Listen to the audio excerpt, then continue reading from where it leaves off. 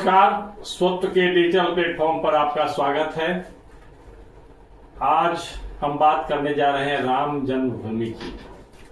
आपको याद है आज 9 नवंबर है और 9 नवंबर राम जन्मभूमि से गहरा जुड़ा हुआ है।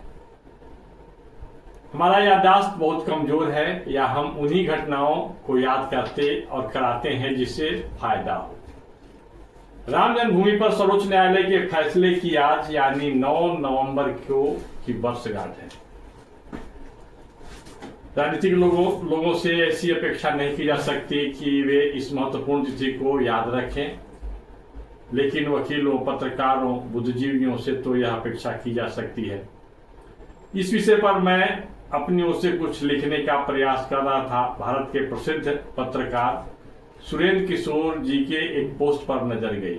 सुरेंद्र जी ने 9 नवंबर 2019 के सुप्रीम कोर्ट के फैसले को लेकर जो लिखा वह बहुत महत्वपूर्ण है। सुप्रीम कोर्ट का यह फैसला जिस दिन आया वह दिन मती दास और सती दास की शहादत दिवस से भी जुड़ा हुआ है।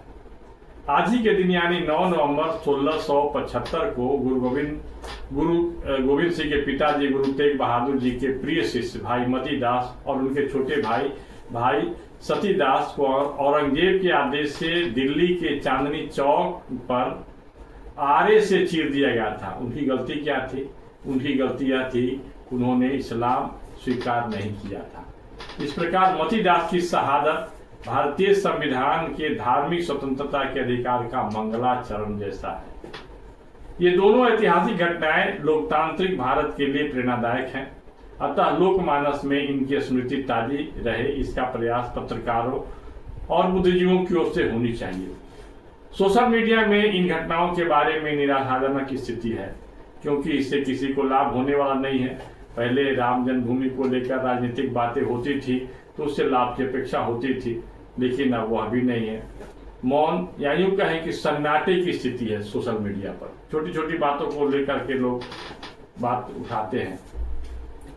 अयोध्या में श्री राम जन्मभूमि विवाद का समाधान एक अति असाधारण घटना है। सर्वोच्च न्यायालय ने भारतीय संविधान की धारा 142 के ए से प्राप्त शक्तियों की पहली बार प्रयोग करते हुए 500 वर्ष पुराने इस विवाद को समाप्त कर दिया था।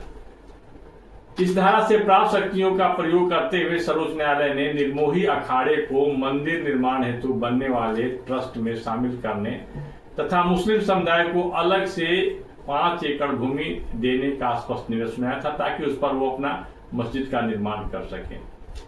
सुप्रीम कोर्ट के निर्णय के बाद एक बात तो सामने आई कि लाख राजनीतिक वितंडावाद हो, षड्यंत्र हो, लेकिन सत्य की जीत एक दिन अवश्य होती है।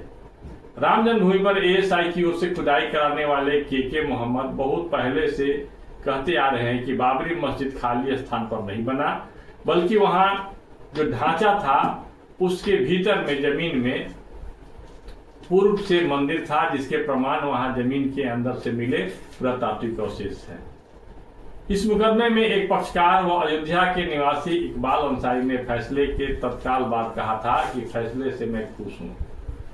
वहीं असदुद्दीन ओवैसी ने तथ्य पर आस्था की जीत कहकर सर्वोच्च न्यायालय के फैसले को एक प्रकार से नकारने का उन्होंने प्रयास किया।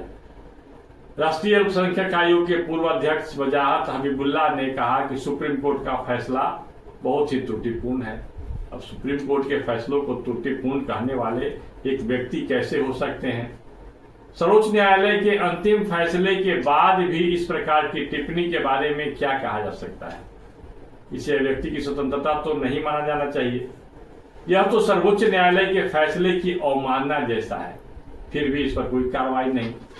जब कार्रवाई नहीं हुई तो इस प्रकार की प्रवृत्ति आगे बढ़ सकती है। बाबरी ढांचा विध्वंस के बहुत पूर्व एएसआई ने उस स्थान की खुदाई की थी। उस टीम में मोहम्मद के भी शामिल थे। खुदाई के प्रथम चरण में ही वहां पुराने मंदिर के अवशेष मिलने लगे थे, जिसका जिक्र मोहम्मद के में अपनी रिपोर्ट, जब खुदाई होती है तो रिपोर्ट सौंपनी पड़ती है प्रत्येक स्टेज पर, अपनी रिपोर्ट में उस पूरी बात का जिक्र किया था। यह रिपोर्ट जब उस समय के कांग्रेस के नेताओं को मिली तब उन्हें मतलब मोहम्मद को बहुत डांट फटकार मिली थी। इसके बाद उन्हें वहां से हटा दिया गया और बाद में खुदाई का काम ही रोक दिया गया।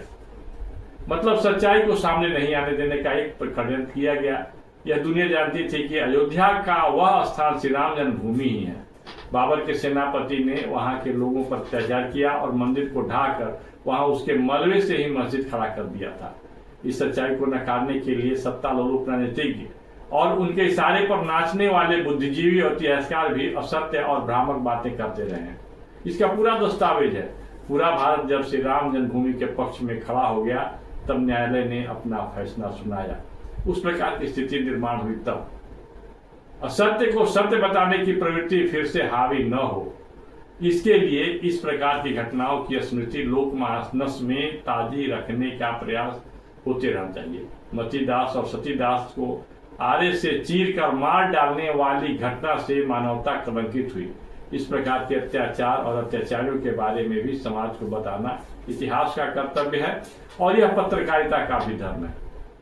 इस वीडियो में बस इतना ही, फिर मिलेंगे। नमस्कार।